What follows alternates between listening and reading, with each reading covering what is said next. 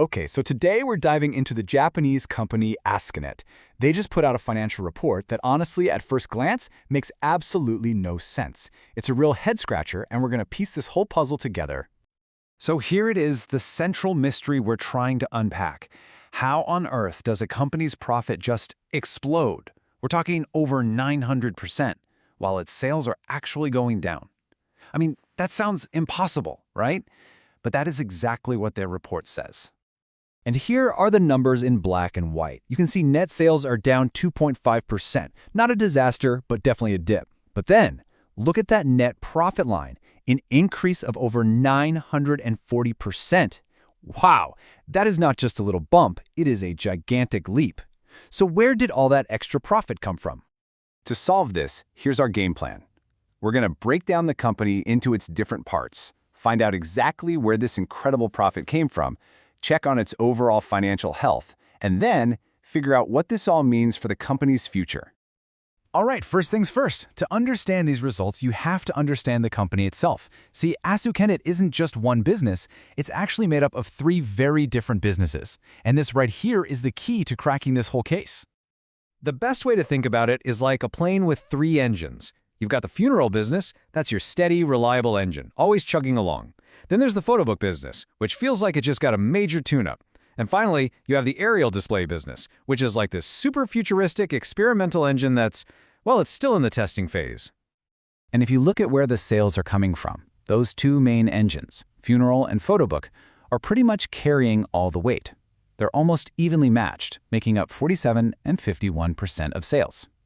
That experimental engine, the aerial display business, it's tiny by comparison, just 2%. Okay, this gives us our first huge clue. The funeral division sales were basically flat, but its profit dropped almost 20%. Ouch. The aerial display division, sales fell off a cliff, and it's still losing money.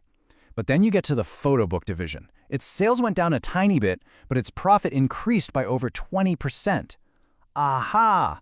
I think we found our suspect. So yeah, it is crystal clear now that the photo book division is the hero of this entire financial story. This one segment basically turned what should have been a so-so report into something spectacular.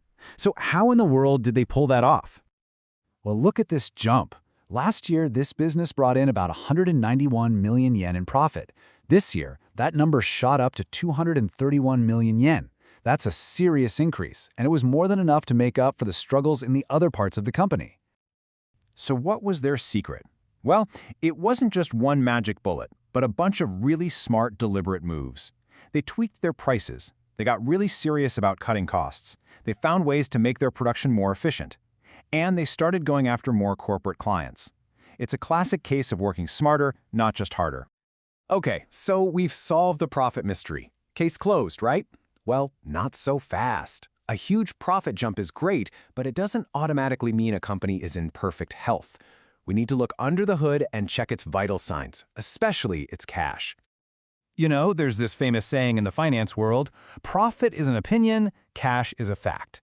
Profit numbers can be played with through accounting, but the actual cash coming in and out of the bank, that tells the real story. So let's follow the money.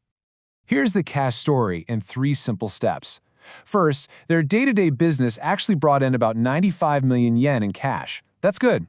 But then, they spent a big chunk, 256 million yen, investing in things like new equipment. On top of that, they paid out another 210 million yen to their shareholders through dividends and stock buybacks. And when you do the math, you get this really surprising result. Even with that massive profit, the company's total cash on hand actually went down by 370 million yen. They spent more money than they brought in. Now, that's not automatically a bad thing. They're investing in the future, but it's a super important detail. But here's why you shouldn't be too worried. Check out this number. This is Asukanet's equity ratio. At 84%, it's incredibly high. What that means in simple terms is that the company has very, very little debt. It owns almost all of its assets. It is financially solid as a rock, which gives it the freedom to invest like this without breaking a sweat. So after digging through all the numbers and the strategy, what's the final verdict on Asukanet? Where does a company like this go from here? I think the single most important lesson here is this. You just can't judge a company by its sales number alone. It doesn't tell the whole story. Asukanet is perfect proof that by focusing really hard on making just one part of your business more profitable, you can totally change your financial results even when overall sales are a little weak. So what you have now is this really fascinating split. The company's present success is all thanks to those smart operational tweaks in its good old photo book business. But its big bet for the future?